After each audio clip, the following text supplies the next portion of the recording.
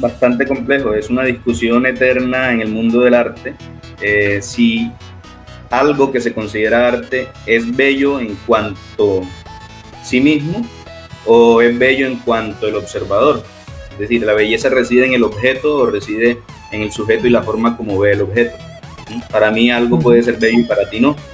Pero también la otra pregunta sería, ¿hay aspectos específicos de un objeto que hacen que ese objeto sea bello objetivamente?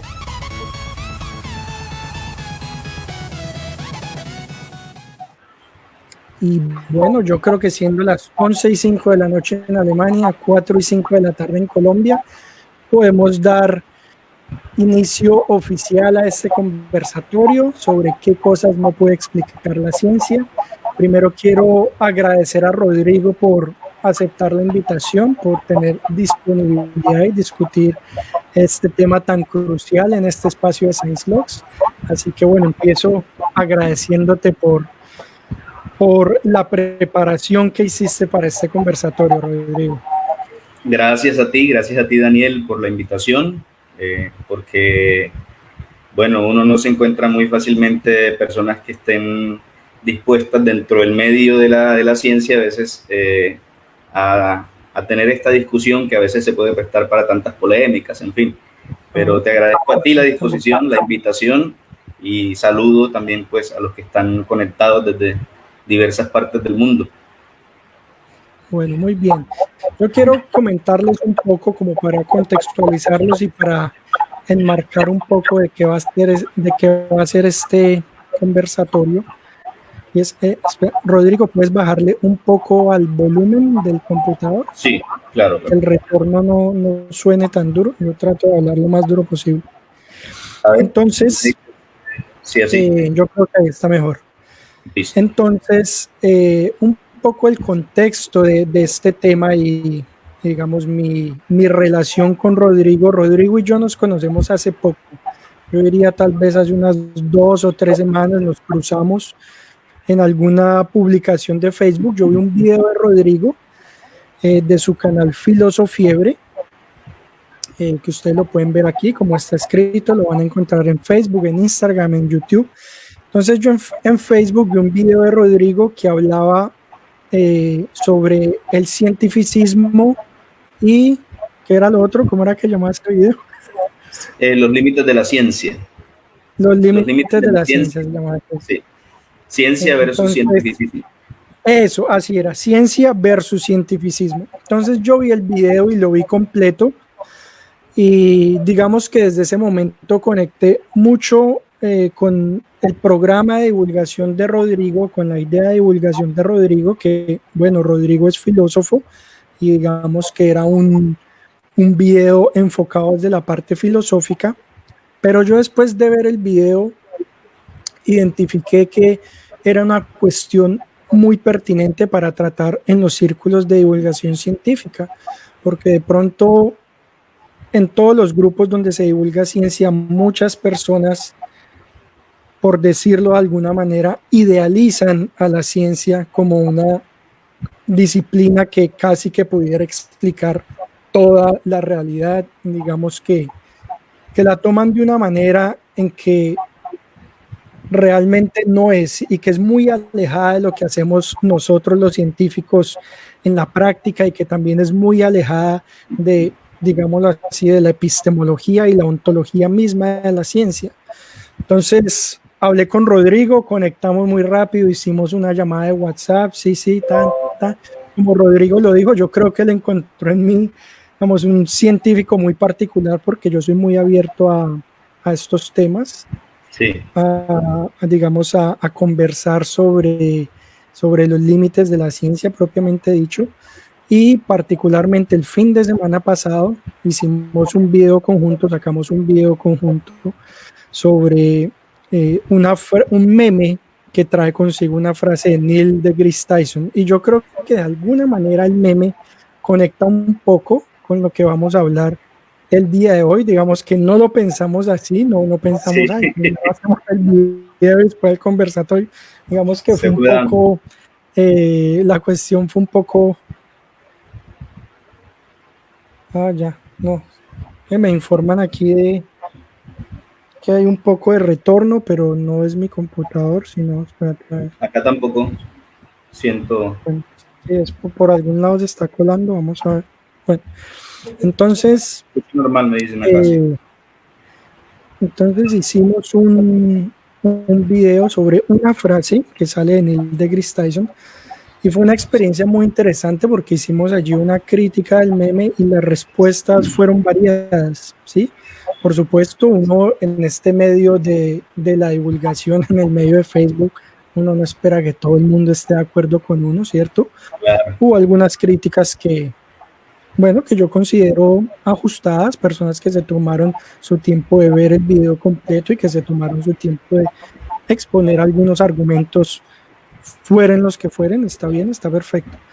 Pero sobre todo a mí me causó mucha inquietud definitivamente la forma idealizada en cómo muchas personas tenían a la ciencia y sobre todo la forma idealizada en cómo tenían a un científico, en este caso a Neil deGrasse Tyson, ¿sí? Entonces, sí. Incluso una persona que me escribió por el grupo de WhatsApp, es que, ay, ¿cómo se le ocurre meterse con mi negrito, tal? Y me dijo que me había denunciado al canal de YouTube y tal, y por dicho, como si me les hubiera metido con un pastor o con Curiosamente, esa es una actitud y un comportamiento puramente religioso. Si lo ves sí. Desde la filosofía, es un comportamiento religioso.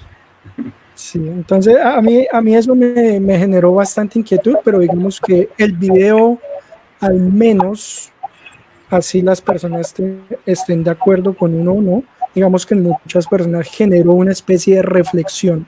Y yo creo que uno de los puntos más importantes de la divulgación no es que la gente necesariamente se informe, sino que reflexione y que empiece, digamos, a buscar otros elementos para construir conocimiento o una opinión sobre ciertos aspectos. Yo creo que eso es lo más importante. Entonces el video ha rodado esta semana, pues en comentarios de ambos lados. Y bueno, y ahora tenemos este conversatorio en el que abordaremos algunos de los aspectos que de alguna manera se nombran en el video que tienen que ver con las cosas que no pueden explicar la ciencia. Y antes de empezar, queremos Rodrigo y yo hacer unas aclaraciones muy básicas para brindar un poco de perspectiva de lo que va a ser esta conversación que vamos a tener. En primer lugar, lo que nosotros vamos a hacer aquí no es hacer un ataque contra la ciencia. Nosotros no somos ningunos representantes de alguna institución, de alguna ideología en particular. Simplemente somos un científico, un filósofo que van a conversar sobre aspectos conceptuales, ontológicos y epistemológicos de la ciencia, ¿sí? Así que, digamos, tómenlo por ese lado. No son dos personas como que estén ardidas con la ciencia y quieran criticarla, ¿no? Son dos personas que se mueven en el mundo de la ciencia, yo más que Rodrigo, pero Rodrigo es una persona que piensa y reflexiona sobre temas científicos. Entonces, digamos que ese es el objetivo. La ciencia tiene un papel muy importante en nuestra vida y lo saben muchas personas. Gran parte del desarrollo económico, industrial, tecnológico es gracias a la ciencia y todo eso se reconoce, ¿sí? A veces son un poco toscas la respuesta cuando uno hace alguna crítica a la ciencia y, pero tú estás criticando a la ciencia desde el celular que tienes gracias a la ciencia, ¿no? Es decir, y si te enfermas vas al médico. Uno tiene como que hablar un poco como sensatamente de la ciencia propiamente dicha. Así que bueno, digamos haciendo, redondeando un poco esas ideas, vamos a tocar algunos puntos. Se me olvidaba también aclarar que cuando nosotros hablamos de qué cosas no puede explicar la ciencia, lo que vamos a hablar aquí son cosas que tienen que ver con el método científico, con la epistemología de la ciencia y no propiamente sobre cosas que no puede explicar en la práctica. Por ejemplo, alguien por allí me decía, ay, sí, que por qué los monjes de yo no sé dónde hacen tal cosa y eso la ciencia no lo puede explicar. No vamos a hablar de ese tipo de cosas. Hay muchas cosas que en la práctica la ciencia aún no puede explicar. Por ejemplo, la expansión acelerada del universo, la materia oscura, bueno, sí, hay otras cosas, Sí, pero eso entraría dentro de lo que llamamos límites provisionales. Son límites provisionales. Exactamente, que nuestro entendimiento de la física moderna se deben es, por un lado, por cuestiones tecnológicas, que digamos no tengamos un acelerador de partículas potente para describir X o Y fenómeno, o de pronto desde un aspecto conceptual que nos haga falta desarrollar una teoría, unas matemáticas para explicar cierto fenómeno, ¿sí? La ciencia tiene esos límites prácticos, no vamos a hablar de esos límites prácticos, lo que vamos a hablar es particularmente de los límites. ¿Cómo llamarías tú a esos límites, Rodrigo? Los límites que corresponden a la naturaleza de la ciencia. Listo. Es decir, que independientemente de los avances que haya, no entran dentro del marco de referencia ontológico y epistemológico de la ciencia. Listo. Entonces, ese es como el foco de lo que va a ser este conversatorio. Si surgen ideas, si surgen comentarios, preguntas, pueden ir poniéndolas aquí en el chat. Nosotros las podemos ir viendo y de pronto habrá un lugar en medio de la conversación en donde las podremos abordar, o si no, pues por supuesto trataremos de abordarlos y dar respuesta al final del video. Así que para empezar hay que dejar claro primero que hay unos límites prácticos, que son unos límites provisionales, que tienen que ver con nuestra teoría, con nuestra tecnología tal vez y con nuestra capacidad de producir teorías científicas, y hay otros límites que hacen parte de la naturaleza misma de la ciencia, es decir, que desde lo que entendemos de la ciencia moderna nunca se van a poder alcanzar o la ciencia nunca va a poder abordarlos. Ese es como el paneo general. Y Rodrigo, pensando toda la semana en esa cuestión, se quedó ya sin pelo y todo. Es un tema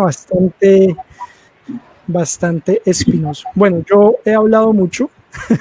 Me gustaría darle, digamos, paso a Rodrigo, a que, digamos, comencemos con la primera idea, con unos primeros planteamientos para discutir.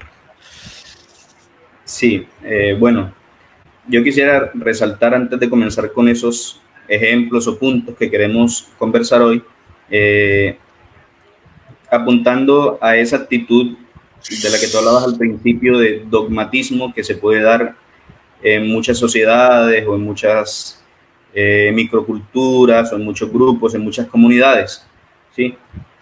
Tenemos muchas veces la tendencia como personas a que una vez que encontremos algo en lo cual vemos cierta certeza, cierta evidencias, cierto contenido de verdad, entonces nos apropiamos de ello a tal punto en que podemos llegar a un extremismo de decir, bueno, mira, esto es y punto, y por siempre lo será, ¿sí?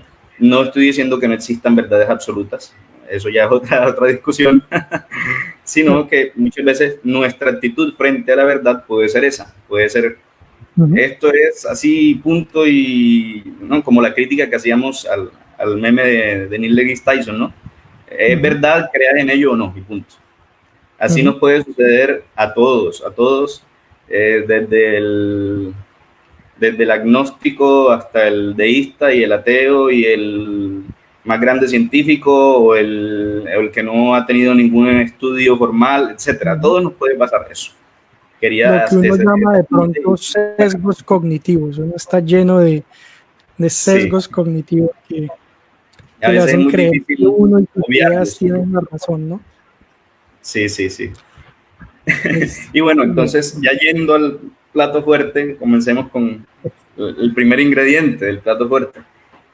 Hablábamos de los juicios éticos. Los juicios éticos que también podríamos juntarlos con los juicios estéticos. Hay múltiples declaraciones de valor como el bien, el mal, la justicia, la belleza, que no se pueden probar científicamente.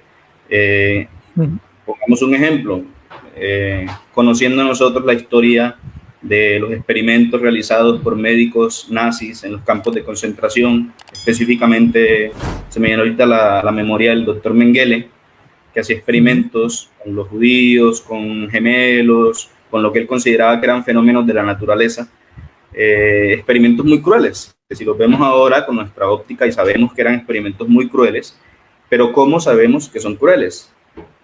En ningún momento, a partir del método científico, podemos saber que un acto es cruel. Por ejemplo, yo decido, no sé, golpear a un niño por la calle, para decir algo así un poco feo, ¿no? A través del método científico, ¿cómo puedo yo comprobar o cómo puede alguien decirme, no, mira, no hagas eso porque eso es algo malo, objetivamente malo? O cómo saber que objetivamente malo es asesinar a alguien sin justa causa o si no es en defensa propia. Entonces, todos estos juicios de valor que se hacen sobre los actos humanos le corresponden a la ética. Le corresponden a la ética como disciplina filosófica. No le corresponden a ninguna disciplina científica, hablando de ciencia como las ciencias formales, ¿no? Las ciencias duras. Ese podría ser. Son cuestiones que han cambiado mucho de perspectiva a lo largo de las eras, ¿no? Es decir, a nosotros hoy nos parece horrible secuestrar a una persona y volverla esclava, por ejemplo, pero eso era algo que era más o menos normal en la antigua Grecia, en la antigua Roma, como que secuestrar gente y volverlos esclavos, pues porque... Correcto, y ahí viene la discusión de por qué en ese momento se consideraba algo común, normal, y por qué ahora lo consideramos malo. Y eso quiere decir que el mal y el bien son subjetivos o son relativos. Toda esa discusión que podríamos hacer sobre el tema tienen que ver con la ética. La ética y los principios, los juicios de valor éticos que nosotros hagamos sobre los actos humanos. A mí se me viene un poco a la cabeza en este momento, digamos, hablando de lo que es bueno, de lo que es malo, de lo que es justo, de lo que es injusto, la cuestión que tiene que ver, por ejemplo, con el aborto, con la eutanasia, ¿cierto? Que generalmente en estas discusiones que son de posiciones pues tan encontradas, particularmente el aborto, que es algo tan en boga en los últimos tiempos, pueden llevar, digamos, algún científico, algún médico, algún biólogo, y creería yo, o lo veo así en este momento, lo que esa persona puede, digamos, decir o dar un concepto de, tal vez es en qué momento un organismo está vivo y en qué momento un organismo no está vivo. Tal vez si la discusión es, pero que el feto está vivo, que no está vivo, que siente, que no siente, que tiene conciencia, que no tiene conciencia. Ok, digamos que tal vez alguien del área de las ciencias de la salud podría dar un concepto o caracterizar el estado de ese organismo biológico, llamémoslo así, por llamarlo de alguna manera. Pero no nos dice si está bien o mal el aborto, si estaría bien o mal interrumpir el nacimiento de esa persona, ¿no? Es como... Suponiendo que dijera, sí es un organismo vivo, ¿cómo me puede luego decir si algo está vivo o si alguien está vivo? ¿Qué representa ese hecho de estar vivo? ¿La vida viene por sí misma con dignidad o no? Ya el meter el término dignidad humana intrínseca ya es otra cosa diferente en la que el científico en cuestión no puede intervenir de alguna manera, ¿no? Puede decir si está vivo o no está vivo, pero decir, bueno, si está vivo no lo puedes matar o no lo puedes abortar o no es un asesinato, porque, bueno, todo lo que se pueda decir al respecto viene ya en otro plano epistemológico, es decir, está fuera de los límites de lo que la ciencia, por su naturaleza de método, puede decir. Cuando tú hablas de naturaleza de método, te refieres a que uno no puede poner en un experimento la maldad o la bondad o este tipo de cosas, ¿no? ¿O cuál es la idea cuando tú dices método? Yo diría que se puede describir, si vamos al tema de la maldad específicamente, podríamos describir la maldad a través de la ciencia, pero por decir algo, decir el por qué es malo o por qué una vida humana es intrínsecamente, digámoslo en otro término, sagrada o que no se puede tocar o que no se puede quitar porque no está bien, ¿qué me dice que no está bien? ¿O qué me dice que sí está bien?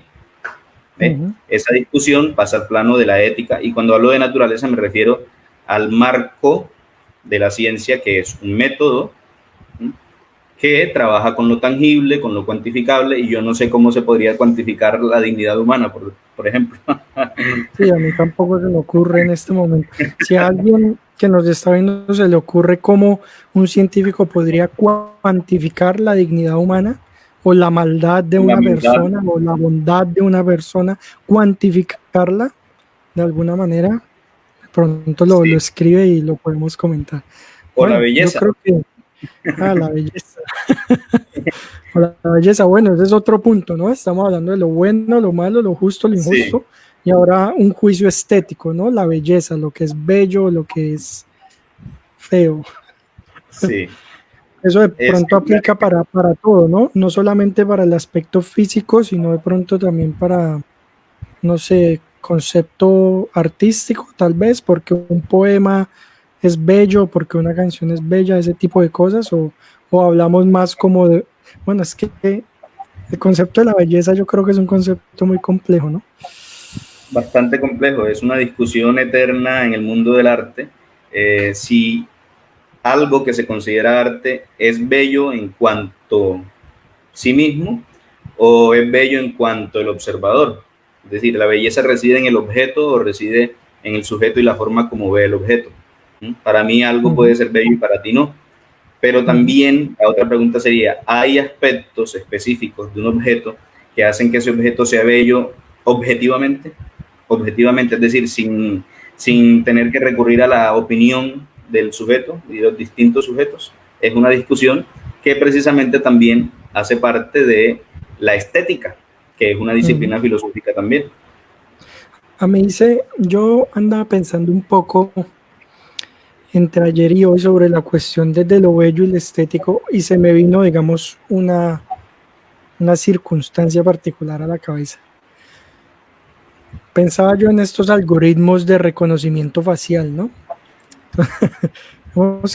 Supongamos, uno pone un escenario en donde nosotros hacemos un algoritmo que determine que algo es bello de acuerdo a la configuración del rostro, no sé, por poner un ejemplo. La separación de los ojos, la nariz, que no tenga la nariz por acá, bueno, que hacemos un algoritmo que describa algo que es bello y que ante una cámara ese algoritmo pueda decir esta persona es bella, esta persona es fea, esta es bella, esta es fea, tan.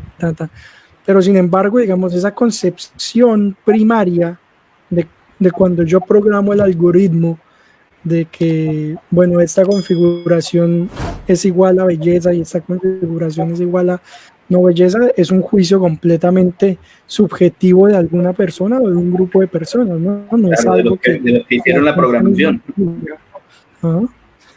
El que programa, exactamente, no es algo que la ciencia misma nos diga. No sé si de pronto nos está viendo algún matemático. En matemática hay muchos conceptos se me va el nombre en este momento de uno. Sí. Hay muchos conceptos, ¿cómo es que? Fibonacci, los números de Fibonacci. Híbrida. Eso, la proporción híbrida y también los que digamos, no lo sé, pero bueno, digamos más como una pregunta. ¿Qué opinas tú de pronto si uno dice la proporción híbrida, los números de Fibonacci podrían ser un concepto matemático, no de la opinión de alguien, sino de las matemáticas de la belleza? No sé, lo pongo ahí. Bueno, es evidente que nosotros encontramos ciertas perfecciones en la naturaleza y de hecho vendría a ser como un sinónimo, belleza y perfección. Belleza es perfección estética. Entonces, nosotros hemos logrado de alguna manera cuantificar hasta cierto punto esas proporciones perfectas que encontramos en la naturaleza y decir, son bellas. Se me viene a la mente la constitución del ojo humano, se me viene a la mente una flor. Entonces, nosotros podemos lograr describir esa realidad, pero no podemos, científicamente hablando, decir, mira, es que esto, porque el hecho de que es perfecto matemáticamente hablando, entonces es bello. Para otra persona va a decir, no, mira, esa flor no me parece bonita. Sí puede ser muy perfecta, puede tener unos, no sé, unos pétalos, unos pistilos todos paralelos, qué sé yo, lo que sea, pero para mí no lo es. Es más, hay personas, sobre todo artistas, que consideran que la belleza reside en la imperfección. Que cuando una persona tiene en su rostro alguna marca de nacimiento, algún defecto, una nariz torcida o algo así, ahí ven belleza, más que en un rostro que es totalmente simétrico y que no tiene ninguna imperfección.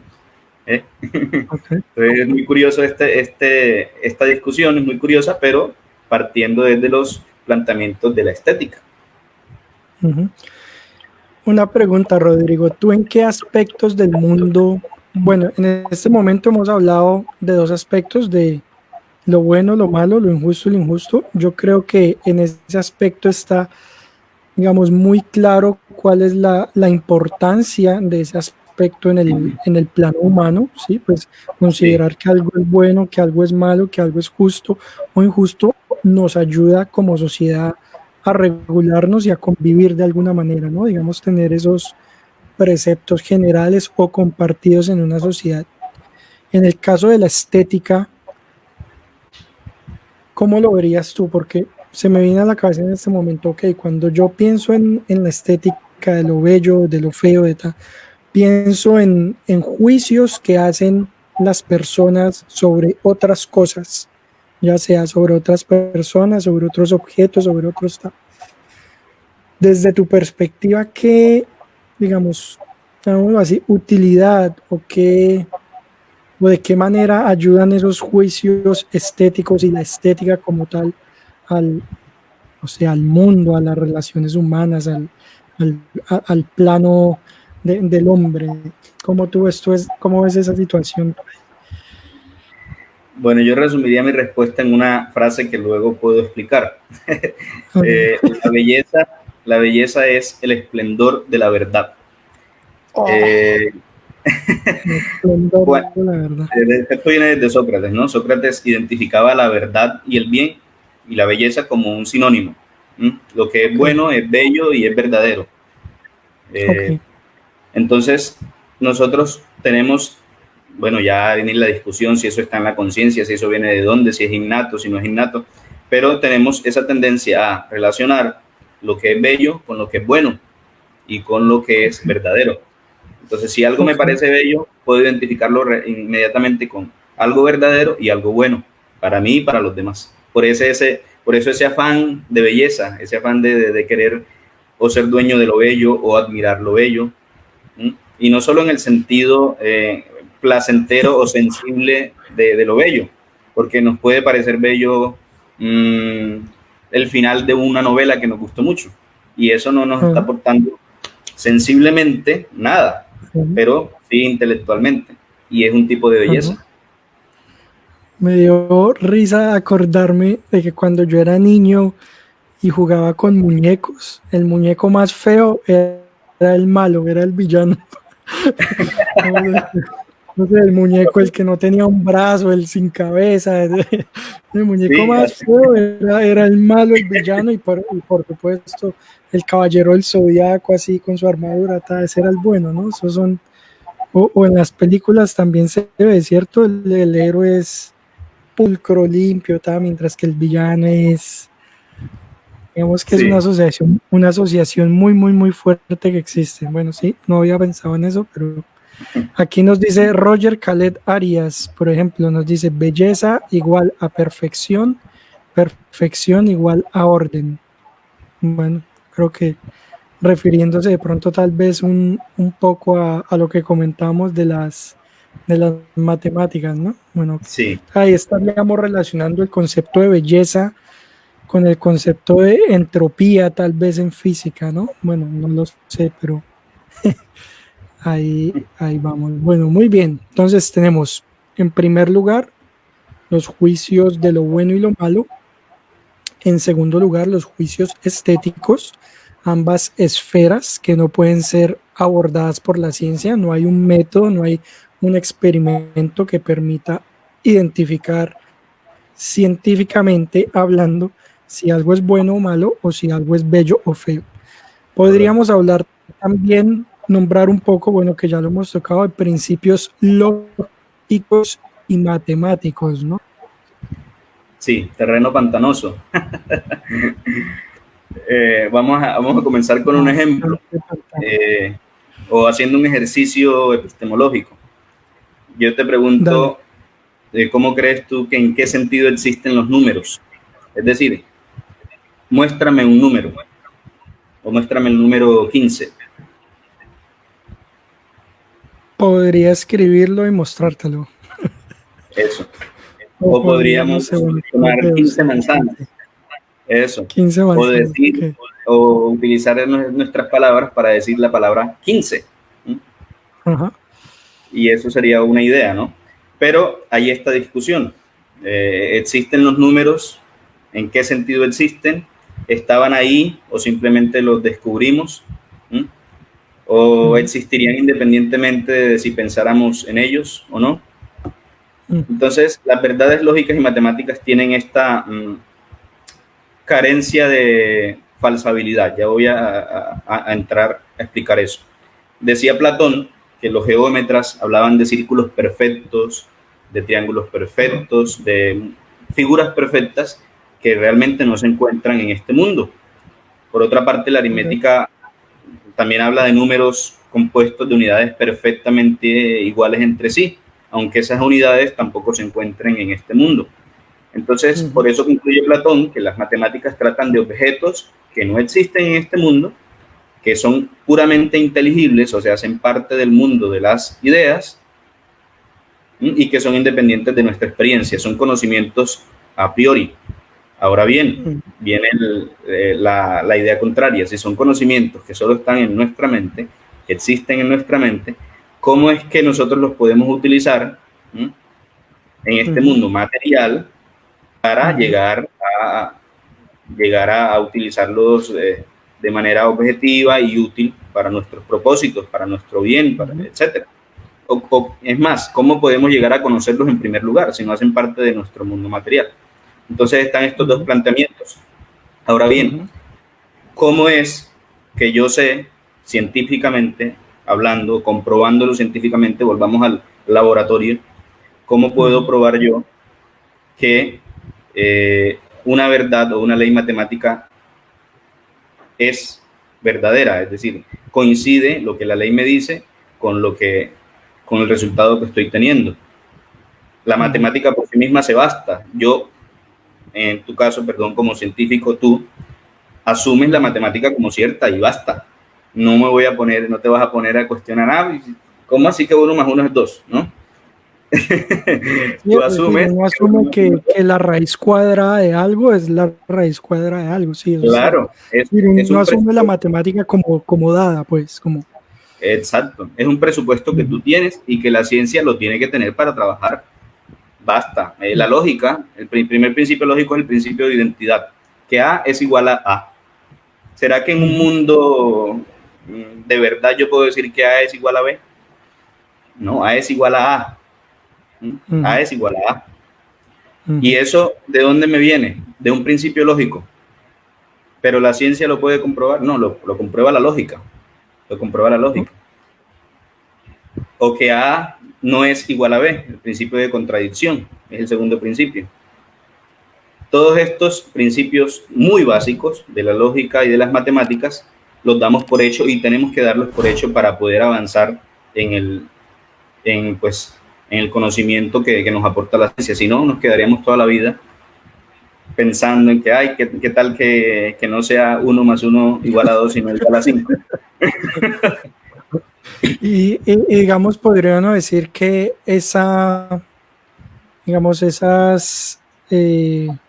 lo que uno asume verdadero en las matemáticas, digamos que para nosotros tiene efectos en el mundo real, ¿no? Si yo no Claro, puedo pensar o no puedo, digamos, eh, no me voy a la tarea de filosofar si 1 más 1 es 2 pero si yo aplico, digamos, matemáticas a la vida cotidiana, digamos que eso tiene algunas aplicaciones prácticas, que el hecho de que claro, no puedan probarse científicamente no quiere decir que no sean válidas, o si claro, no, que no me ¿cierto? sirvieron para construir un edificio. Sí, exactamente, exactamente. Bueno, ve, Gustavo Guillén hablando aquí de lo bello y lo feo. Sí, Nos dice, incluso por ahí he leído que a los delincuentes más agraciados estéticamente tienden a darle sentencias más cortas en comparación a los menos agraciados físicamente. Precisamente por eso es que comentan, tomamos inconscientemente lo bello como verdadero, o bueno, sí, bueno, interesante ese punto, pero lo que uno sí ve en las series, pues porque en donde más lo he visto, sino en las series de televisión, ¿no? Es que siempre el defensor le dice a la persona que está en juicio que se vaya bien presentada, bien claro. peinada y hasta maquillan y todo, ¿no? No Toda la precisamente como psicología.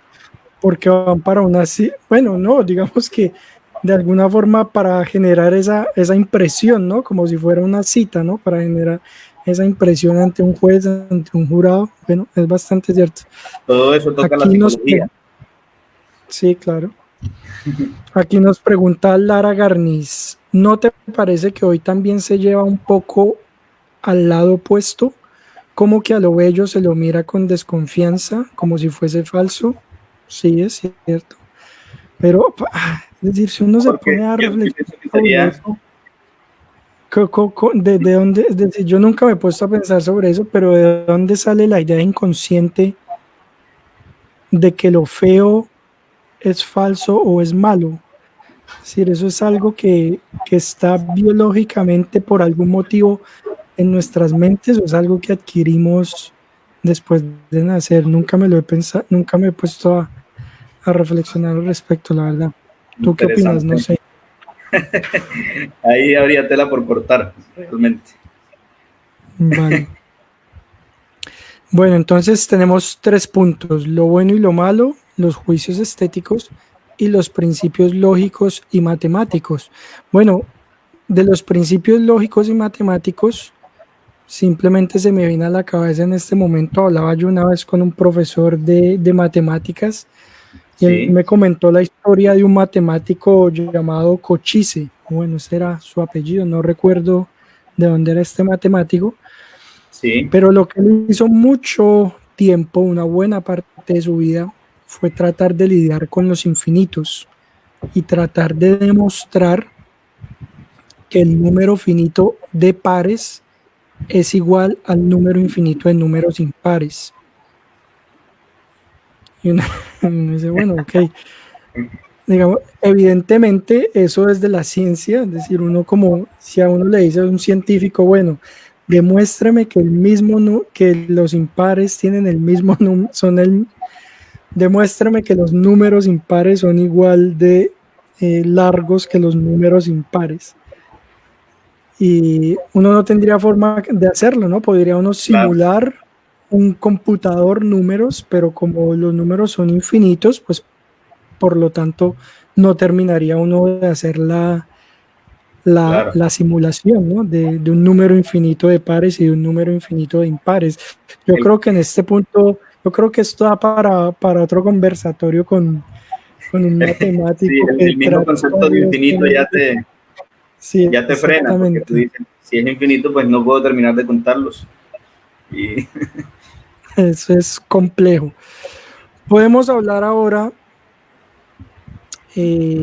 bueno, hablamos también algunos de los presupuestos de la ciencia, ¿no, Rodrigo? En eso de los principios lógicos y matemáticos, tocamos Sí, tal vez también algo de los presupuestos de la ciencia o bueno, digamos, si lo tomásemos como un punto aparte, presupuestos de la ciencia, yo quiero nombrar uno muy particular y es un aspecto que tiene que ver con la cosmología. En cosmología, lo que observamos nosotros aquí desde la Tierra nos dice que el universo es isotrópico y homogéneo, ¿sí? ¿Eso qué quiere decir? Que nosotros parados aquí en la Tierra miremos hacia la dirección que miremos, a grandes escalas, a grandes rasgos, el universo luce igual, resumiéndolo de alguna forma.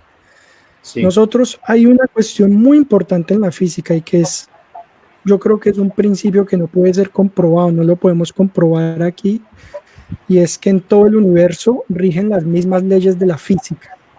Nosotros hacemos experimentos con las leyes de la física aquí en la Tierra, parados aquí, pero no correcto. podemos tener la certeza de que si estamos en una galaxia miles de millones de años luz, las leyes de la física van a ser las mismas allá.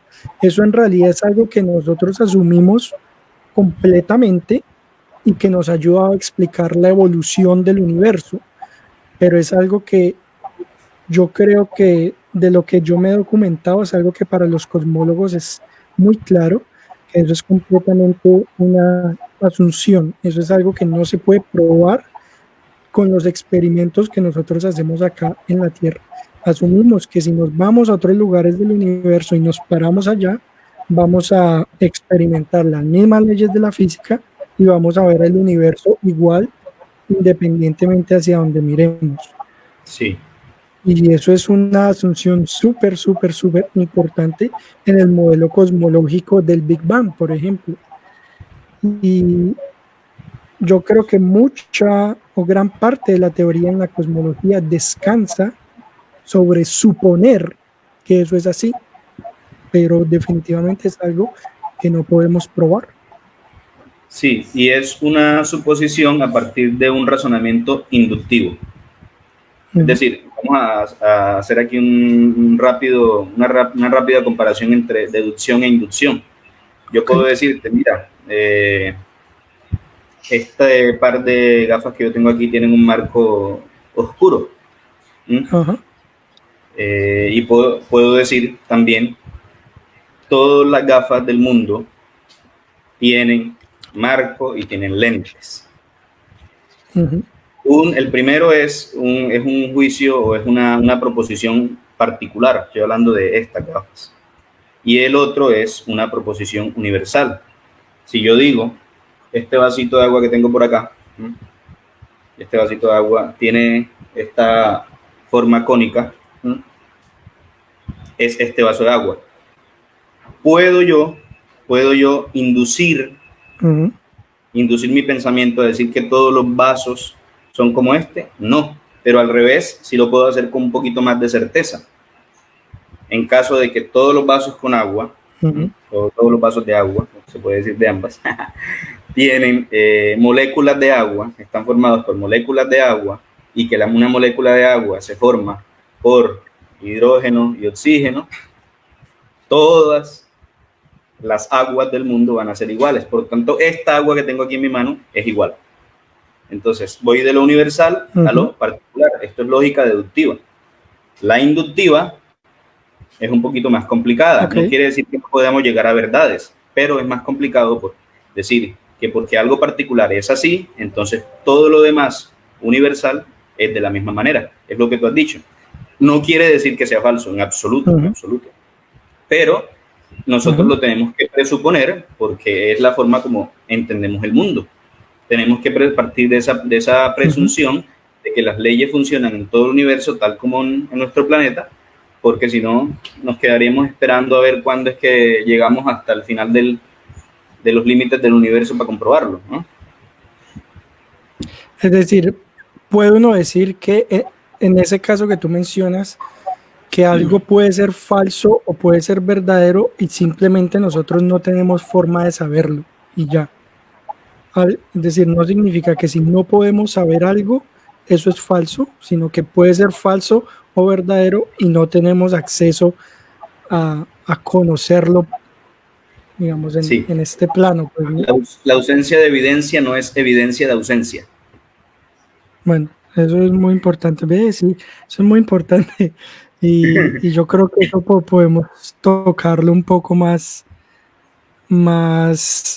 adelante también. Bueno, digamos eso un poco con lo que tiene que ver con presupuestos de la ciencia. Entonces, simplemente para las personas que se acaban de conectar o lo hicieron hace algunos minutos, hemos hablado hasta el momento de 4 aspectos que la ciencia, por su naturaleza como método, no puede explicar. Primero, juicios sobre lo bueno y lo malo, lo justo o lo injusto, juicios estéticos sobre lo bello, principios lógicos y matemáticos, y finalmente, presupuestos de la ciencia, que es lo que acabamos de hablar, por ejemplo, como el presupuesto de la homogeneidad e isotropía del universo. Bueno, y ahora viene un tema que yo creo que Rodrigo está que se habla. Esperando ahorita.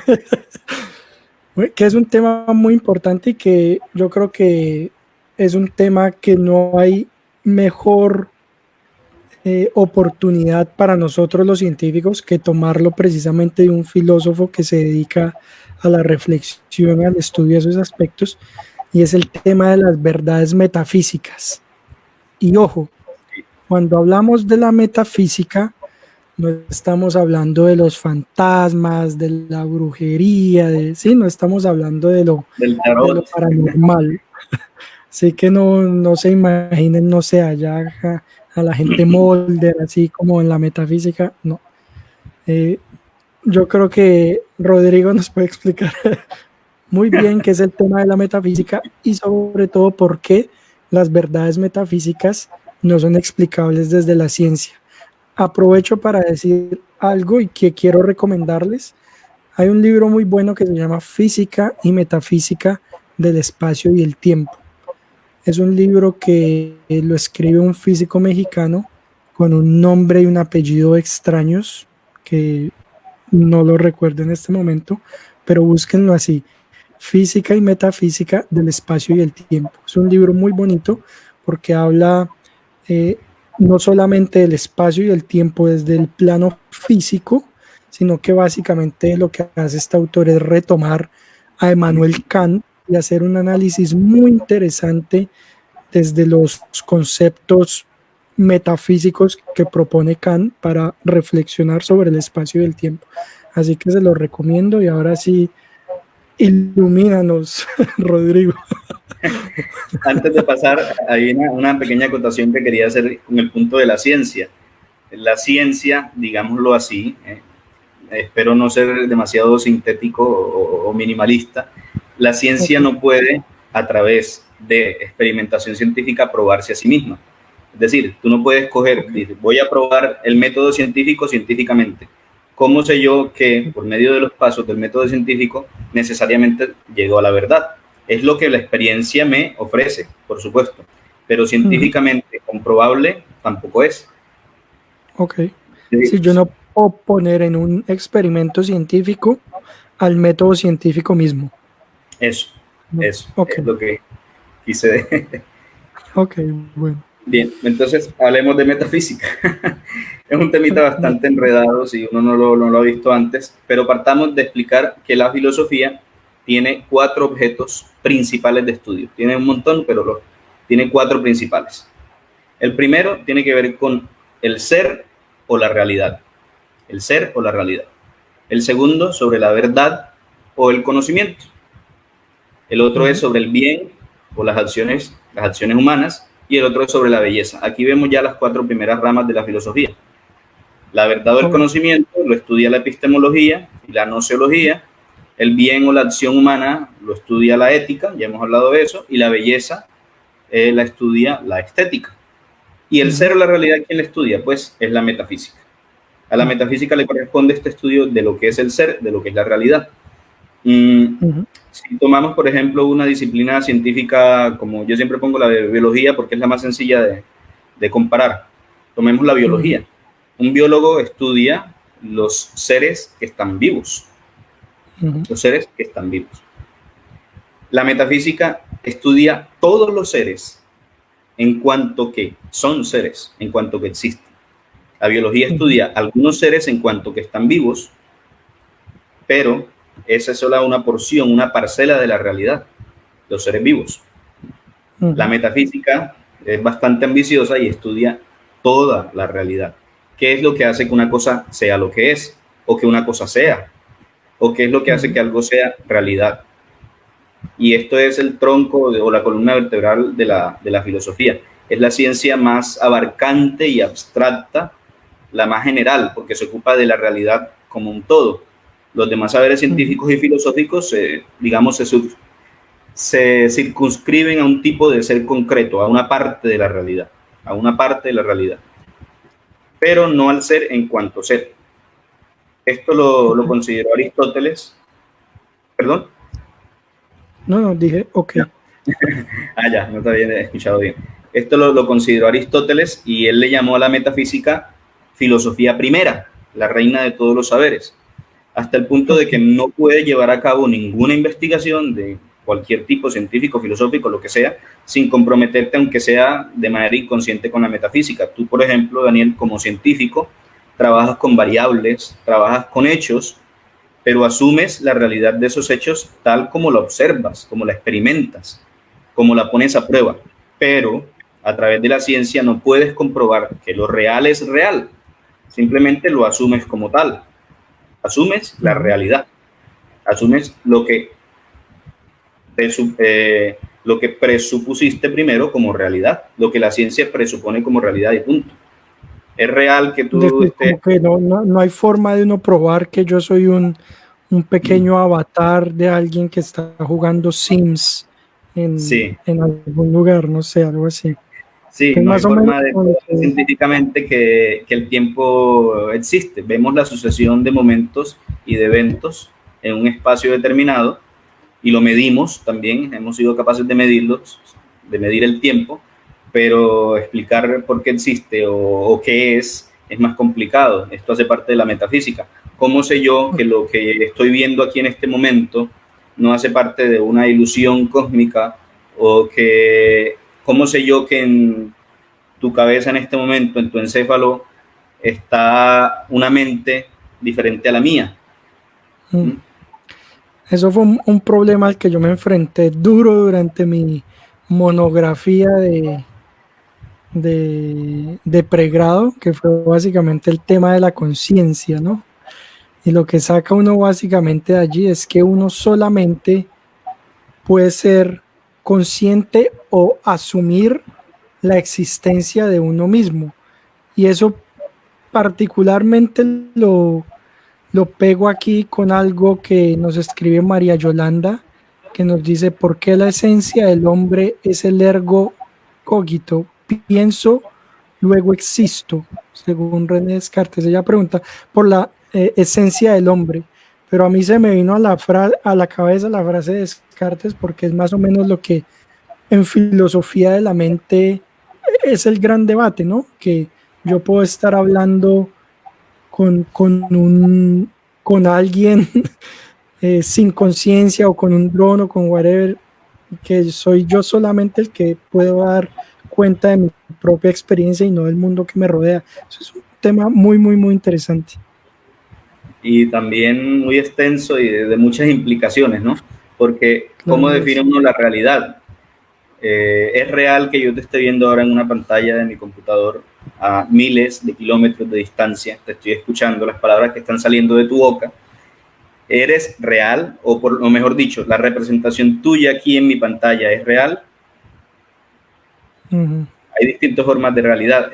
¿Es real lo posible o es real lo potencial? Si yo tengo una semilla que potencialmente es árbol en potencia, en acto es semilla, pero en potencia es árbol, ¿es real el árbol porque es posible? Si lo vemos desde un punto de vista materialista y puramente positivista, no, el árbol no es real, no está, no lo toco, no lo veo, ¿sí? No lo experimento. Pero, pero en ese caso tú tampoco eres real porque no te estoy viendo realmente a ti, ¿no? Estoy viendo una representación tuya. O en ese caso tampoco los números son reales. Ahí la discusión. A mí me parece también una discusión muy interesante que yo creo que es algo metafísico, de estudio de la metafísica, y es en física, digamos, se concibe y se habla mucho sobre los viajes en el tiempo como algo que pudiese ser, digámoslo, tal vez físicamente viable, o al menos que vale la pena explorar. Ok, podemos viajar en el tiempo, ¿sí? Y eso básicamente se hace desde una perspectiva de que el tiempo, tanto el pasado como el presente como el futuro, siguen existiendo.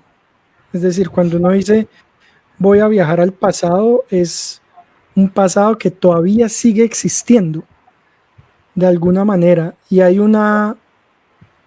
digamos, hay dos perspectivas muy interesantes, y una perspectiva que simplemente dice que nosotros estamos aquí en este momento y el futuro y el pasado no existen. Es decir, o existió y dejó de existir, pero que simplemente yo no puedo viajar a él porque es algo que no existe. Entonces, que desde la física debería ser algo imposible, pero desde la física hay otros planteamientos que nos hablan de que, por el contrario, en efecto, el pasado, el presente y el futuro coexisten completamente, y que yo me pudiera mover del punto A al punto B. Es más o menos como tú estás sentado en este momento en tu casa, ¿no? Tú sabes que tú puedes ir a la tienda, que puedes ir a la iglesia. Tú sabes que allá está la tienda, que allá está la iglesia, que ella no se ha ido, que allá está, y que es simplemente moverse en el espacio para llegar allá. Sí. Pero con el tiempo es posible que solamente exista esos micro instantes que cada vez vivimos, y que no hay un lugar a donde ir al pasado o al futuro, ¿no? Creo que es un tema también de estudio de la metafísica, porque es propiamente el ser o la existencia del tiempo mismo. El cero o la nada. Y de hecho, si partimos del modelo dominante cosmológico que se remite a la teoría del Big Bang, el tiempo y el espacio están dentro del universo, ¿no? ¿Y qué pasa con lo que está afuera del universo? O hasta donde no se ha expandido el universo, que hay. Sí, hay espacio, hay tiempo, no hay nada. Y si no hay nada, ¿qué es la nada? Ahora podemos irnos al otro extremo, hacia el pasado. 5 segundos antes, si es que podemos hablar de segundos, porque no había tiempo, del Big Bang, cuando comienza a haber tiempo y espacio, ¿qué había? ¿Había nada o había algo? Y si no había nada, ¿qué era nada?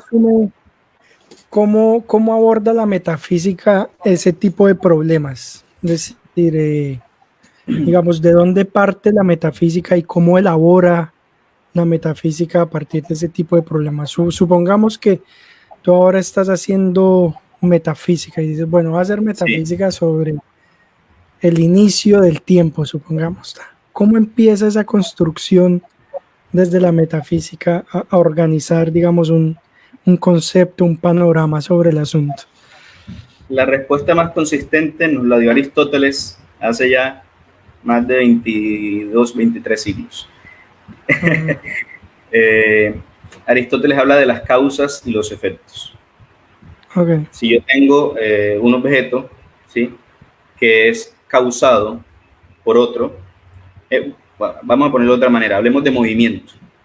De movimiento en términos metafísicos, no físicos, porque en movimiento físico es yo muevo aquí este aparato hacia acá, se está moviendo del punto A al punto B. En metafísica es el movimiento del ser, ¿sí? Lo que algo sea, o que deje de ser, o que comience a ser otra cosa. Eso sería movimiento. Pasar del acto, perdón, de la potencia al acto, como la semilla que se convierte en árbol, ¿no? Así, eso sería movimiento, metafísicamente hablando. Entonces, dice Aristóteles, para que haya movimiento tiene que haber una causa que mueva al ser para que de potencia se convierta en acto. Y de la misma manera, esa causa tuvo que tener una causa, y de esa causa tuvo que tener otra causa. Llegaríamos hasta el infinito, cosmológicamente hablando, no es posible llegar hasta lo eterno, in eternum, siguiendo esa consecución de causas y efectos. Tiene que haber, Aristóteles... Y esa causa siempre está en el pasado, ¿no? La causa siempre está en el pasado. Correcto, siempre está en el pasado. Entonces, tiene que haber un principio, dice Aristóteles, una causa, tiene que haber una causa, y aquí ya nos vamos a meter en otro terreno pedregoso, pero eso lo voy a mencionar. Dice Aristóteles, tiene que haber una causa incausada, o sea, un motor que mueva objetos, que mueva seres, pero que él mismo, ese motor, no sea causado por nada. Y para que no sea causado por nada, no pudo haber tenido principio, tiene que ser eterno. Es la consecuencia lógica de una causa encausada, es un motor totalmente inmóvil que mueve, pero nadie lo mueve. Y como nadie lo mueve, es inmóvil y eterno. Esta conclusión metafísica a la que llega Aristóteles, a él le llama causa incausada, motor inmóvil, y es lo que luego se toma desde las filosofías deístas para hablar, por ejemplo, de Dios como creador del mundo. Como esta causa encausada, primera causa. Sí, de hecho es una de las formas de la realidad, y ahorita te hablaba de las formas de la realidad. Hay realidad posible, realidad contingente, realidad virtual, y una de las formas de la realidad es la realidad necesaria. Y filósofos a través del tiempo, comenzando desde Aristóteles, dicen que la realidad necesaria vendría a ser Dios. Ya ese es otro debate, pero es también un tema muy importante en todo lo que trata la metafísica. El tema de las causas y la causa inicial, ¿no? Las causas finales, más bien, hacia atrás. Porque precisamente ahora que tú lo mencionas, en la física, de lo que se habla como esa causa primera que tú mencionas, la causa incausada, son las fluctuaciones cuánticas del vacío. Ese es como el nombre que se le da a eso, ¿no? Que las fluctuaciones cuánticas del vacío no necesitan de nada para existir, sino que están allí. Y eso es algo que Stephen Hawking de alguna forma aborda en su libro. Se me olvidó el nombre de ese libro. ¿En Ser y el Tiempo? ¿Cómo? En El Ser y el Tiempo. No. Es un libro mucho más moderno, como el 2010. El Gran Diseño se llama ese libro, de Stephen Hawking. Entonces, él habla un poco, no solamente él, digamos que es una concepción muy general en física, de que la causa incausada son las fluctuaciones cuánticas del vacío, que sin embargo no podemos conocer a través de la ciencia. Sí, ¿Pero son físicas? ¿Esas fluctuaciones son físicas? No. No sabría decirlo. No sabría responder. Porque si ya existían, es decir, estoy hablando metafísicamente, no estoy tomando posición, pero si ya existían antes del Big Bang, entonces esas fluctuaciones son Dios. Te lo diría un metafísico, ¿no? Entonces esas fluctuaciones, ponle el nombre que tú quieras, ¿no? Pero es lo mismo que el motor inmóvil de Aristóteles. Entiendo. Porque no están dentro de la capacidad científica que estudia el espacio y el tiempo. Están dentro del espacio y del tiempo. No te puedes salir de ese cerco. No te puedes salir de ese cerco material. Si te sales del cerco material, bueno, ya toca que me empieces a hablar de religión o de otras cosas, pero de ciencia, no. Esa es la imposibilidad, digamos, de que yo científicamente pruebe a Dios. No puedo, es imposible. Es la misma imposibilidad de negarlo. Desde la ciencia. Que eso es un tema que vale la pena tocar, ya que tú lo traes a colación, que la ciencia no puede ni probar ni refutar la existencia de Dios. Y eso es algo que digamos siempre en los grupos de Facebook, siempre la misma discusión, Y siempre es la misma pregunta, ¿qué dice la ciencia sobre Dios? Siempre que yo me enfrento con esa pregunta, ya sea porque me meto ahí de chismoso a un grupo de Facebook o porque me la hacen a mí, y es ¿qué dice la ciencia de Dios? Yo digo, la ciencia no dice nada sobre Dios, No tiene nada porque que Dios decir. no es un objeto de estudio de la ciencia. Dios, eh, exista o no exista, es algo que la ciencia no tiene la oportunidad de meter dentro de su método para ofrecer evidencia a favor o en contra de la existencia de Dios. He escuchado muchas veces las personas decir, pero es que la ciencia puede explicar esto y aquello sin necesidad de recurrir a dioses. Sí, es decir, puede que X o Y teoría, que el Big Bang, que la evolución, que todo se pueda explicar desde un marco científico sin tener que recurrir a una deidad, pero eso no demuestra. Sí.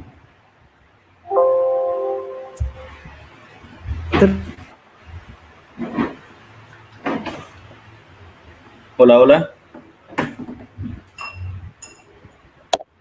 Me cayó acá la conexión. Bueno, yo creo que se nos fue Rodrigo. Ya, acá. Hola. Entonces, ya. Eso es un punto que simplemente es vale la pena tenerlo muy claro. Hay alguien en Facebook puso, yo creo que hoy, un divulgador científico, un libro muy bueno que se llama, creo que se llama Religión y Ciencia, el falso conflicto, escrito por, un falso conflicto, definitivamente. Ya esa es opinión, ¿no? Exactamente, entonces digamos, hay que ser directo y hay un falso conflicto entre ciencia y religión, primero porque son dos esferas distintas del conocimiento y sobre todo, simplemente ya para cerrar el asunto, Dios no es un objeto de investigación científica, así que la científica se encarga, la ciencia se encarga de investigar fenómenos naturales, fenómenos de la materia.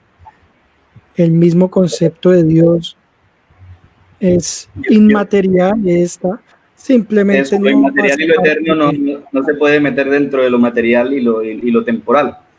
Exactamente, entonces cuando usted le pregunten ¿qué dice la ciencia no dice nada sobre Dios. ¿Puede usted ser científico y creyente? Sí, pero su ciencia a usted no le va a decir nada de su Dios, del Dios que cree, y es así de sencillo y no pasa nada. Sí, yo suelo poner un ejemplo, digamos una analogía, más bien una analogía entre esta discusión y lo siguiente. Si tú tomas un detector de metales, el detector de metales te sirve para detectar metales, pero el hecho de que el detector de metales sea exitoso en la detección de metales no significa que no exista el plástico o la piedra. Tú estás usando un método o una herramienta que te sirve para conocer digamos, un cerco del conocimiento, pero lo demás no puedes exigirle a un detector de metales que detecte plástico. No. El plástico lo detectará el detector de plástico, si es que existe, no sé, aquí inventando, ¿no? Es otra disciplina, ¿no? Que sería en este caso otra disciplina del conocimiento. Ya, listo, perfecto. Aquí, bueno, yo creo que valdría la pena, Rodrigo, si de pronto puedes comentar algo sobre la pregunta de María Yolanda, que yo digamos, nombré la cuestión de Descartes, pero no respondí a su pregunta. ¿Por qué la esencia del hombre es el pienso, luego existo? Según René Descartes, ¿qué idea tienes al respecto? Bueno, Descartes lo que hace es usar un método que se llama la duda metódica. Él dice, para poder tener yo la certeza de que lo que yo conozco es real, tengo que dudar de todo. Voy a empezar a dudar de todo lo que los sentidos me proporcionan, de todo lo que la experiencia me proporciona. Voy a dudar de todo. Y llego a dudar de todo hasta el punto que hay una sola cosa de la que no puedo dudar. ¿Cuál es? Que estoy dudando. De lo único que no puedo dudar es de que estoy dudando. Y como dudar es pensar, entonces de lo único que no puedo dudar es de que estoy pensando, de que pienso. Por tanto, el pensamiento para Descartes es, primero, no en el sentido cronológico, sino en el sentido de importancia. Prevalece mi pensamiento, mi racionalidad, frente a la experiencia sensible. digamos, la ciencia, después de que han pasado muchos siglos, la ciencia tomó un poco de la corriente empirista, sobre todo de la corriente empirista, pero también un poco de la racionalista. La ciencia estudia, realiza hipótesis, trata de comprobarlas a través de experimentación, de observación y experimentación, para luego llevar eso a la abstracción y a partir de la abstracción poder predecir lo que va a suceder en la realidad, en la realidad física material. Entonces, Descartes lo que hace es simplemente darle prevalencia al pensamiento, a la razón, por eso es el padre del racionalismo. Pero él echa a un lado la experiencia, es decir, no sería un científico muy excelente porque, porque la ciencia depende de la experiencia y de la observación.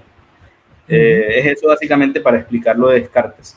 De ahí ya él se, digamos, amplía todo su pensamiento a hablar sobre el hombre, incluso sobre Dios también, intenta probarlo hasta matemáticamente. Bueno, en fin. Bueno, acabo de ver que aquí Roger Khaled Arias, muchas gracias Roger por la participación tan activa, de alguna manera respondió con palabras similares a lo que tú dijiste sobre Descartes, y él hace una pregunta aquí que yo tengo una respuesta provisional. Dice: la ciencia asume los fenómenos, lo que es evidente a los sentidos, pero ¿quién nos dice si eso que experimentamos es verdadero, es real? A ver, Rodrigo, ¿tú qué dirías? Yo tengo una respuesta. O sea, yo lo pondría, lo voy a responder en un plano práctico. Tal vez no es la respuesta que Roger espera, pero lo que me viene a la cabeza en este momento es: ¿quién nos dice que lo que experimentamos es verdadero, es real? Los demás. Yo creo que la realidad es una cuestión construida colectivamente. Yo creo que pragmáticamente algo es real si para varias personas lo es. ¿Por qué se me viene esa imagen? Se me viene esa imagen por un caso, por ejemplo, de una persona con un diagnóstico de esquizofrenia o de psicosis. Para ellos, las alucinaciones son tan reales como son para nosotros estar hablando en este momento. Es decir, si usted está en este momento viéndonos a través de Facebook y usted se despierta mañana y su mamá le dice que no, que usted no está viendo Facebook, que usted está internado en este hospital psiquiátrico hace 10 años, usted puede decir: ¿cómo es posible? Si yo ayer estaba viendo la transmisión de Facebook de Daniel y de Rodrigo. La experiencia para ellos es tan real como es para nosotros. Y cómo, digamos, saben ellos que eso no es real, pues porque no es real para otras personas. Esa es lo que viene a la cabeza en este momento. No sé, ¿qué dirías tú, Rodrigo? Si juntamos a un grupito de los que están alucinando, de los esquizofrénicos, y todos los que están alucinando son mayoría que los que estamos aquí en esto que llamamos realidad, entonces para los demás sería la realidad las alucinaciones. Entonces es complicado. Sí. Eso es un problema allí, claro. Sí.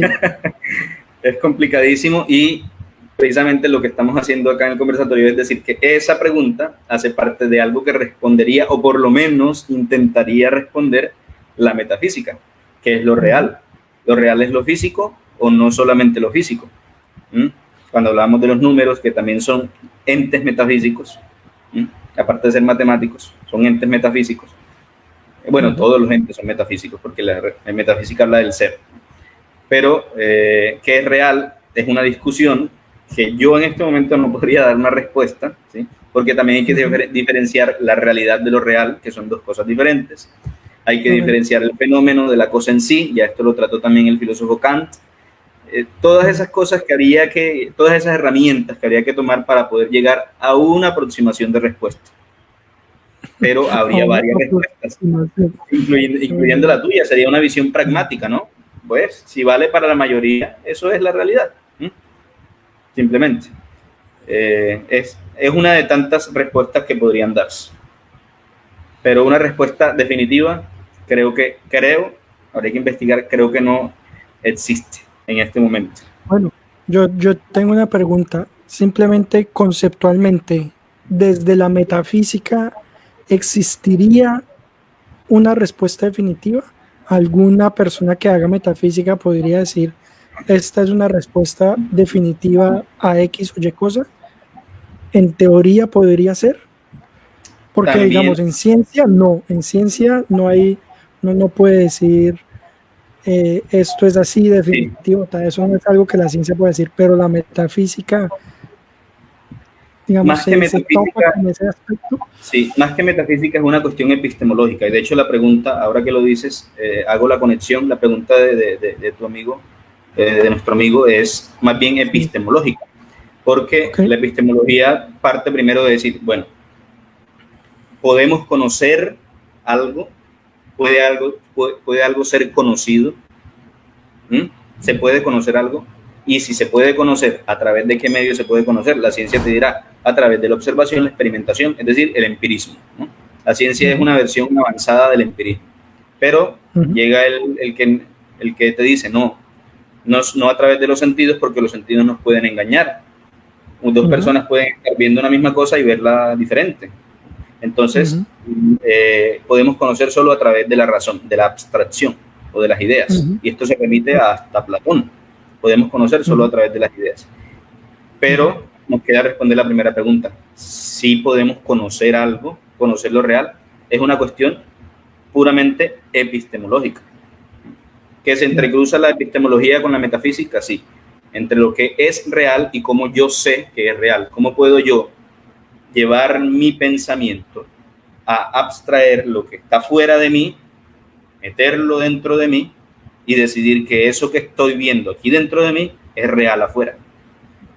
Esto también Aristóteles lo toca hablando de la verdad, ¿no? La verdad existe, es evidente que existe, porque si yo digo que la verdad no existe, entonces estoy afirmando como verdad que la verdad no existe. Suena un poco a trabalenguas, pero entonces sí podríamos decir que hay verdades absolutas. ¿Cuáles? Bueno, A es igual a A no es igual a B. Son principios lógicos que tenemos que presuponer como verdades absolutas, porque si no, entonces no llegaríamos nunca a nada. O sea, no avanzaríamos en el conocimiento. Tenemos que partir de unos presupuestos epistemológicos que ya están dentro de nosotros, que nos han funcionado, además son pragmáticos, son útiles, nos han funcionado, y a partir de ahí avanzamos. Si no, por siempre nos quedaremos en la discusión de si A es igual a A y de si lo que yo toco y veo es real o no es real. Pero esa labor tan magnánima y tan difícil la toma la metafísica y dice, bueno, vamos a estudiarlo a ver. Bueno, hagamos eso. Sí. Bueno, aquí nos dice, comenta Omaira Márquez, eso quiere decir que lo real o lo falso depende de la percepción y de lo que se le enseña a cada individuo. No es una realidad absoluta, sino que depende del pensar de cada quien, lo real y lo falso. Bueno, no sé. Eso es uno de los, es un pensamiento subjetivista sobre la verdad. Es decir, hay varios tipos de verdades, digámoslo así. Una verdad objetiva, que la verdad es esto y punto, y no depende de quien la observe, ¿sí? Ni de quien la diga. Hay verdades subjetivas que dependen del sujeto que ve el objeto y que lo conoce, ¿sí? Que en este caso es la pregunta o la afirmación que hace Omaira. A ver, hay también verdades relativas. No, depende de la época, depende del momento, depende de la perspectiva. Hay de todo eso. Yo creo que tenemos que diversificar. Hay de todo. Yo pienso que, en mi opinión, ¿no? Ya esto es opinión, pienso que hay verdades de todo tipo. Hay verdades absolutas que no dependen de lo que la persona piense o diga. Hay verdades subjetivas, sí que también las puede haber, pero ya yo no las llamaría verdades. Las subjetividades tienden más bien al plano de la opinión. Okay. Entonces yo sí creo que las verdades son objetivas, digamos, ya es una opinión, que las verdades son objetivas y que hay opiniones distintas sobre la verdad. Por eso no creo que exista tu verdad y mi verdad, sino que existe la verdad. y que a medida que el conocimiento va avanzando, el conocimiento de todo tipo, científico, lógico, filosófico, el que tú quieras, va avanzando, se va poco a poco acercando el ser humano a descubrir esa verdad objetiva o las verdades objetivas. Pero decir... Entonces, ¿tú crees que habría forma de conocerla de alguna manera? De que se podría conocer esa verdad absoluta, objetiva, podría conocerse de alguna manera. Sí, o por lo menos acercarnos muchísimo. Listo, sí. Muy bien. Bueno, Roger Khaled habla también de que la película Matrix, bueno, hablando de eso de la realidad, nos envía saludos, Roger. Giovanni Bolívar dice, entonces, ¿el loco es una decisión democrática? Bueno, eso es una pregunta interesante que, bueno, como para uno no revolverse tanto en ese detalle, digamos, cuando uno habla del loco o de la locura, uno definitivamente habla de una persona que no comparte, que no está dentro de una realidad compartida. Yo creo que el ejemplo que tú ponías, entonces, si todos estamos locos, o digamos, si todos tienen X funcionamiento cerebral, excepto una persona, la otra persona sería el loco, yo diría sí, porque para mí la realidad es algo tan construido colectivamente que es difícil uno decir, imagínese si uno fuera una persona sola en el mundo. Usted está solo en el mundo. La humanidad se extinguió y usted quedó solo en el planeta. No tiene nadie con quien hablar, no tiene nadie. Usted está solo. Su estado, su cerebro puede estar en cualquier. Su cerebro puede estar en cualquier estado mental. En el estado mental A, en el estado mental B, en el estado mental C, en cualquiera. Y en ninguno de esos la realidad o la percepción de la realidad va a ser distinta. Todo va a ser, el estado mental A va a ser tan real para usted como el estado mental B. Yo creo que la locura empieza a chocar cuando allá afuera hay gente que definitivamente no comparte ese plano de la realidad en el que usted se está. Cuando se sale de lo que llamamos norma, ¿no? Ahí habría que entrar a hablar de psicología y cómo se consensúa lo que es un trastorno o lo que no es un trastorno, ¿no? Sí, sí. Eso es casi hasta matemático, ¿no? Tienes esta cantidad de síntomas, el DSM-5 te dice, bueno, tienes psicosis, tienes tienes alucinaciones auditivas, entonces si completas 5 de las 8, entonces tienes tal trastorno. Esa es una verdad de alguna manera también consensuada, que termina siendo verdad para todos. Ah, bueno, si él fue determinado loco, diagnosticado por alguien que es experto en la psiquiatría y ya es loco.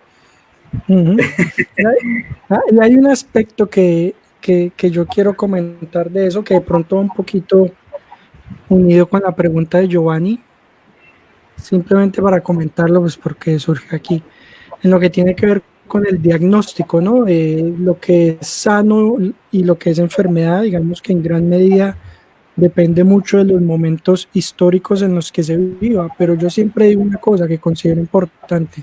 Muchas personas hablan con algo de razón de que la psiquiatría o la psicología moderna, digamos que todo lo considera patología, ¿no? Entonces que el niño se mueve mucho, eso es hiperactividad, ¿qué tal? Sí, que todo lo está como psicopatologizando.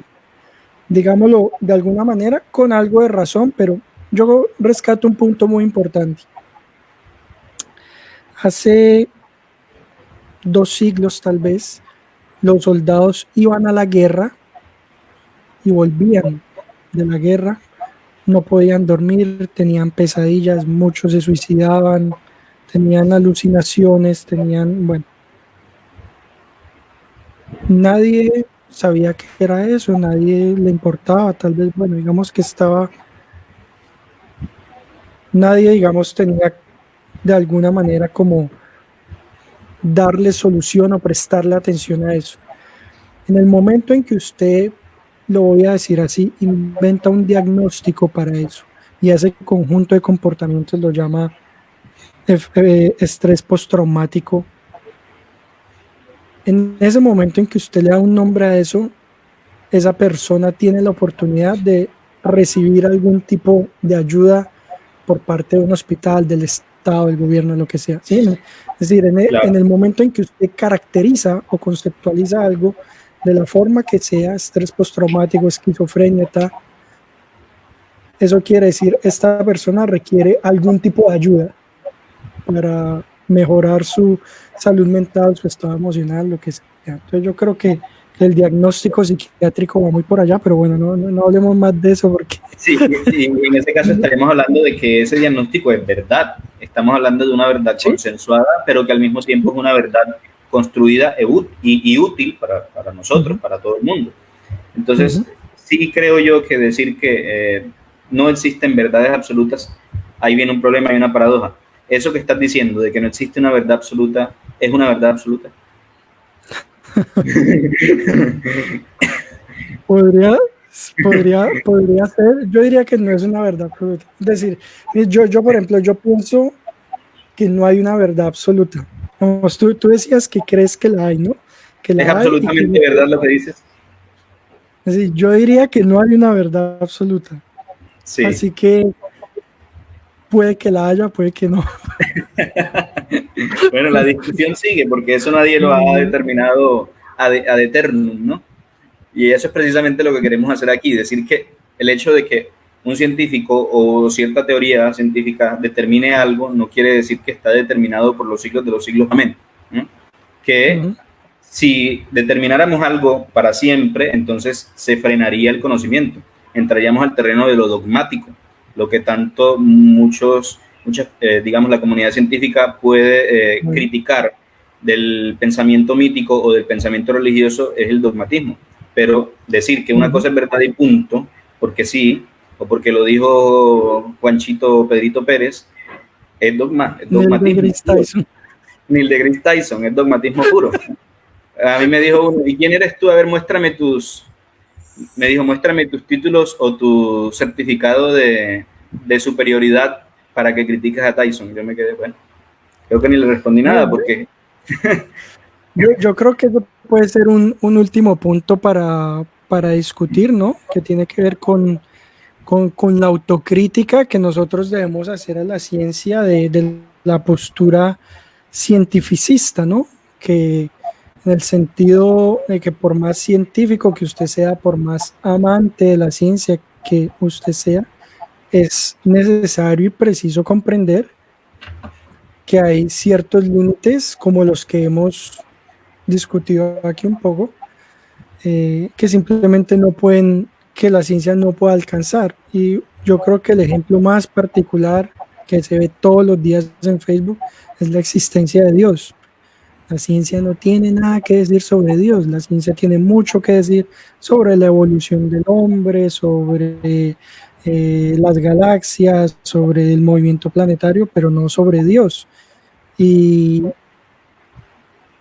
bueno, y algunos otros aspectos que hablamos, como la estética, los juicios morales, son cuestiones que escapan a la ciencia y que uno como amante de la ciencia no puede asumir que están dentro de su disciplina, porque precisamente es caer en lo que la ciencia está precisando combatir, que es esas posturas dogmáticas, ¿no? Sí, tú pones un ejemplo muy claro en el video que hicimos juntos. Hablabas de que Einstein dijo que existían agujeros negros. Entonces, si yo, que reconozco en Einstein una figura importante de la física, digo, vamos, Einstein lo dijo y punto, ya, pues, ¿qué voy a hacer? O sea, se frena el conocimiento. En cambio, yo puedo llegar a cuestionar, no quiere decir que entonces odio a Einstein, no, en absoluto. los argumentos van contra los argumentos, no contra las personas. En ese caso, si yo lo hago solo porque le tengo rabiecita a Einstein, entonces estaría cayendo en una falacia ad hominem, ¿no? Contra la persona. Al mismo tiempo, si solamente tomo lo que un científico o una figura importante dijo como verdad solo porque él la dijo, también es una falacia lógica de autoridad. Una cosa es verdad porque alguien la diga, ¿no? Es verdad porque es verdad. Vamos a ver de ahí en adelante cómo descubrimos que sí es verdad. Ajá. Que eso, digamos, en algo, hasta cierto punto podría ayudar el método científico, ¿no? Solamente Sí, hasta cierto punto. por supuesto. Bueno, aquí nos pregunta Andrés López, ¿qué ocurre cuando se considera algo verdadero en el campo epistemológico, pero falso en otras ramas filosóficas enfocadas a lo no físico, aplicando cada ámbito sus distintas formas de llegar a determinar si es verdad o no? Uf, yo no sé cómo responder a eso. ¿Tú tienes alguna idea, Rodrigo? Depende en qué plano epistemológico estamos hablando. Es decir, si partimos de la epistemología, como ya te digo, hay varias posturas epistemológicas. Tú puedes decir, no, yo puedo conocer solamente lo que existe en la materia. Es una visión naturalista del mundo, ¿no? Existe lo material, punto. Puedo conocer lo material. Entonces, esa epistemología te dirá, bueno, lo que diga la teología, bueno, muy bien, que lo diga la teología, pero para mí, epistemólogo, que tengo una visión, estoy poniendo un ejemplo, ¿no? Para mí que tengo, no soy yo, para el epistemólogo que tenga esa visión, dirá, no, solamente lo material y punto, y lo que dijo el teólogo X, pues que lo diga y que siga ya con sus cosas, ¿no? Pero para mí no vendría a ser real desde una postura epistemológica materialista, pero desde una postura epistemológica metafísica, sí puede decir, bueno, mira, Aristóteles, por medio de este razonamiento, llega a la causa incausada, y la causa incausada tiene otra de las características, es que es inmaterial. Y desde la física se podría comprobar porque la materia está dentro de lo que llamamos universo, y si el universo tiene un origen, entonces tuvo que haber un momento en que no era. Tuvo que haber un momento en que el universo no era universo. Tuvo que haber, entonces, esa causa del universo encausada tiene que ser inmaterial. Por tanto, para mí, como epistemólogo no materialista, sino metafísico, entonces sí existe también lo inmaterial. Hay varias respuestas, es decir, no hay una respuesta definitiva, dependiendo de la postura epistemológica que se tome. Incluso hay algunos que dicen, no se puede conocer nada. Esa es la postura escéptica, ¿no? Del escepticismo. No es posible conocer nada. O sea, toda esta cháchara que hemos echado tú y yo en hora y media no sirve para nada porque es que no vamos a llegar a nada, no se puede conocer nada. No. Diría un escepticista desde su epistemología. Ya, bueno, muy bien. Luz Marina Márquez dice, gracias por el conversatorio. Carlos Villamil nos pregunta, bueno, nos dice, en la historia de la filosofía, la epistemología presenta que se puede conocer por el empirismo y por racionalismo. En la filosofía posmoderna se afirma que el conocimiento se adquiere por el lenguaje. ¿Cómo se puede explicar epistémicamente la gnoseología? ¿Qué es la gnoseología? Sería, creo que quiso poner la gnoseología. Okay. Gnoseología, sí. Ok. Sí. La gnoseología viene a ser una parte o una rama, digámoslo así, de la epistemología. ¿Sí? Habla del conocimiento puramente entre el objeto y el sujeto. Es una rama también filosófica.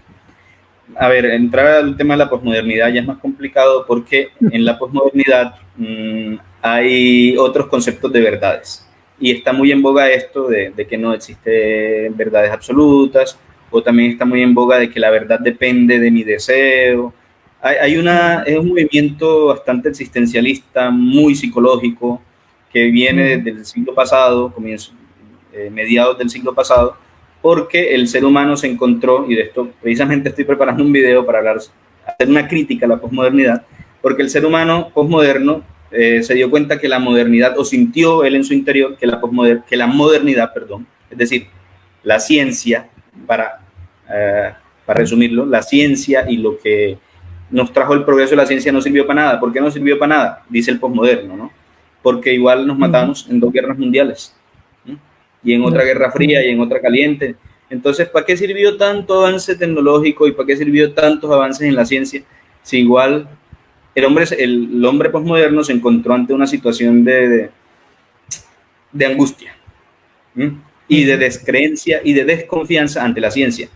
Esto podría ser bueno porque nos sirve para seguir cuestionando, pero puede ser negativo porque puede hacer que nosotros empecemos ciencia, ¿no? Entonces surgen todos estos movimientos: terraplanismo, conspiraciones, antivacunas, el 5G me contagia el COVID, etcétera.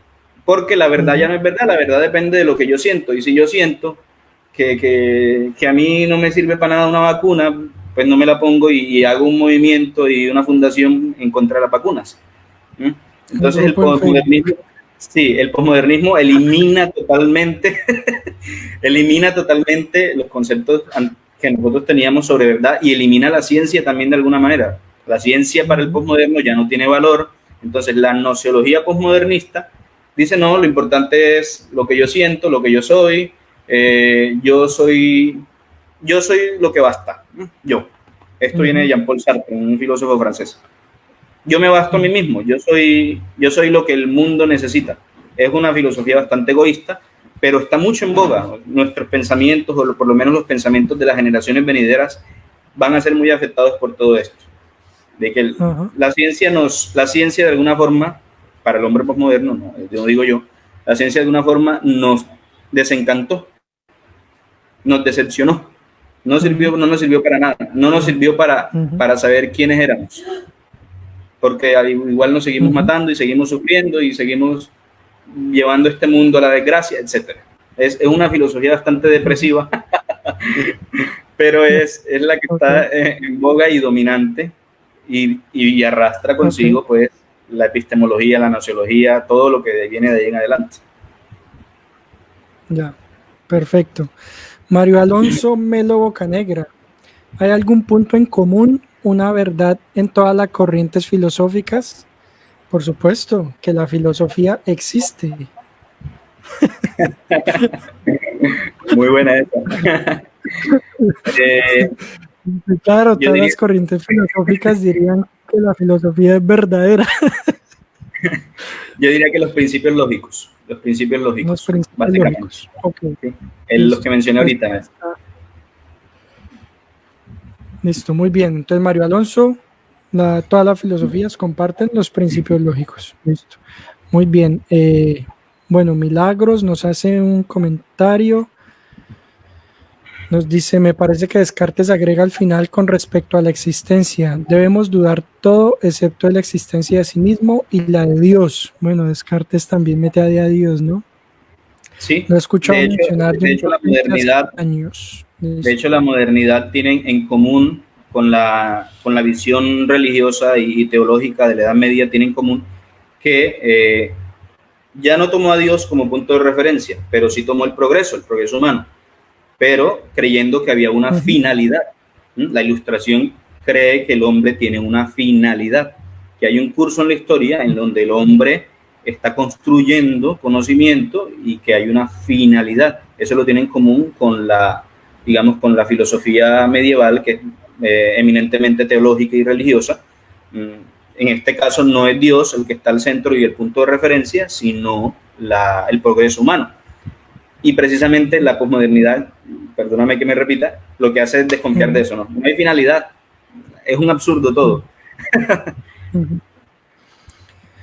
Bueno, muy bien, pues yo creo que hemos hablado de diversos temas, hemos tocado distintas posturas. Podemos resumir este pequeño conversatorio en algunas cuestiones básicas. Primero, hablar sobre los límites de la ciencia, sobre las cosas que no puede explicar la ciencia. No es hablar en contra de la ciencia, no es denigrar de la ciencia, no es denigrar de los científicos, de las personas que hacen ciencia, no es negar que estos celulares y este sistema de internet es gracias a la ciencia, no funciona, que funciona. Es simplemente el hecho de, lo llamaría yo, desmitificar a la ciencia como un discurso absoluto sobre el mundo que puede abarcarlo y explicarlo todo, desmitificarlo y más bien analizarla en su justa medida.